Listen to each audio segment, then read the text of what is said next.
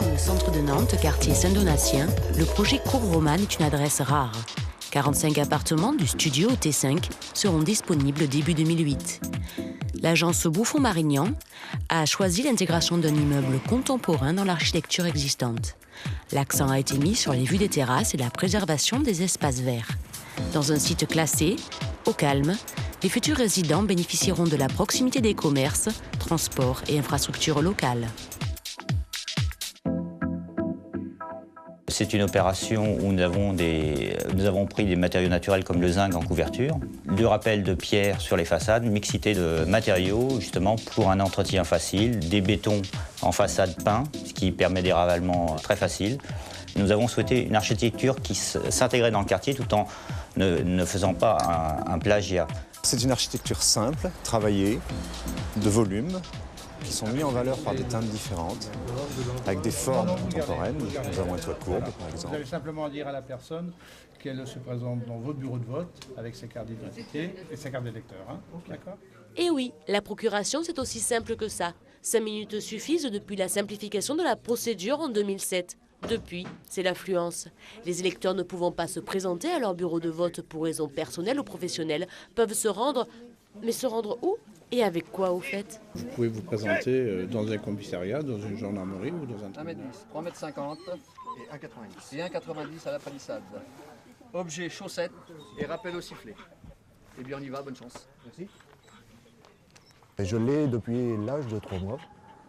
J'ai commencé avec ce chien, il y a 9 ans. Et avant, j'avais eu une chienne Groendal aussi, mais j'avais fait de l'agility.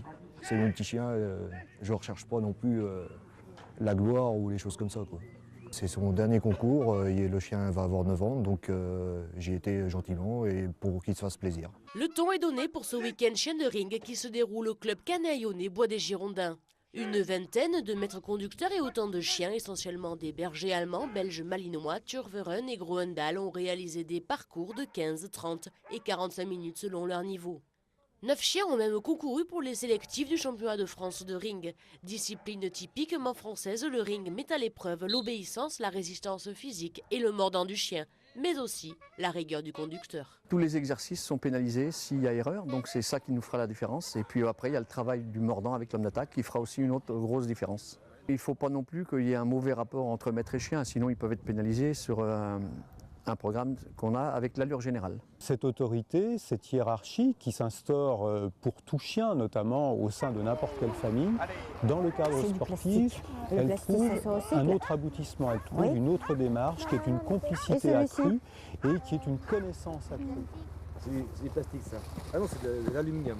L'aluminium, qu'est-ce qu'on en fait les enfants? Ça se recycle. Voilà, donc on va le mettre là-bas. C'est bien. C'est désormais une tradition à Saint-Florent-des-Bois à l'occasion du week-end agriculture et environnement qui mobilise petits et grands. Les acteurs locaux se retrouvent, renforcent les liens existants et en créent de nouveaux, autour d'une vente de compost, d'un marché nature et de présentation de systèmes d'énergie propre. Du côté des enfants, l'opération Commune propre est réitérée.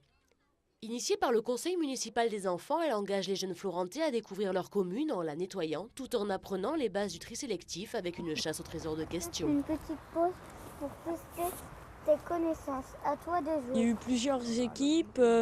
C'est pas une corvée, il faut se dire que c'est un jeu parce qu'il y a eu des questions à répondre. On a appris plusieurs choses.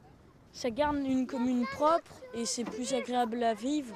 Moi, ça m'a plu de voir vraiment comment c'était la commune, comment elle était.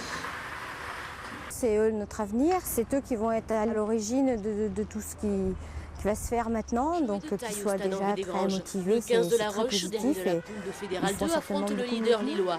L'issue semble évidente, sauf que Lille n'a pas oublié que La Roche reste la seule équipe à leur avoir fait l'affront, chez eux, d'un beau 14-0, pour ensuite s'incliner. Mêmes acteurs, même répertoire. Les Lyonnais entament énergiquement le match, ils dominent et tentent des actions. En maintenant la pression, ils poussent les Lillois à la faute, ce qui permet à l'ouvreur Luçon de réussir une pénalité à la 28e minute. À la pause, le score est de 3-0 pour La Roche. Tout le monde veut y croire. On a été performants dans notre conquête en touche, en mêlée fermée aussi. Et puis on a mis surtout beaucoup de mouvements avec une occupation du terrain par le pied ou par les contre-attaques. Donc je trouve que par rapport à la mise en place du jeu et dans le mouvement général, on a été tout à fait correcte. On a été présents, on a mis beaucoup de mouvements, donc les garçons ont bien respecté ce qu'on avait travaillé en entraînement. Et je pense que là, ils peuvent sortir la tête haute du terrain. Lille déstabilisée change fréquemment de joueurs. On s'est aperçu que, à part 3 joueurs devant qui sont sortis un peu du lot, les autres n'étaient pas dedans. On a pris ce match un peu à la légère, premier, avec une série de 11 victoires. On va chez le dernier. Je pense qu'aujourd'hui, collectivement, on est complètement passé à travers ce match. Stade de Saint-André-d'Ornay, 15e journée du championnat de football B1 féminine. La Roche et Sof affrontent Hénin. Les deux équipes sont en danger, elles risquent la relégation. Les Lyonnaises partent fort, créent des occasions et dominent le jeu. 2 tirs de Brousseau à la 8e et 12e minute ne trouvent pas la lucarne. L'équipe de Hénin s'enhardit sur l'initiative de Kramer qui ouvre la marque à la 22e minute.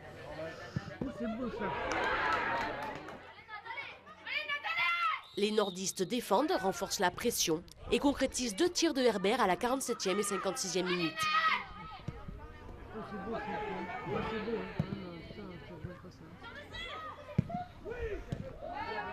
De nombreuses tentatives avortées et un score au final de 0-3 pour Hénin risquent de mettre doute et pression pour les prochaines rencontres de La Roche et Sof.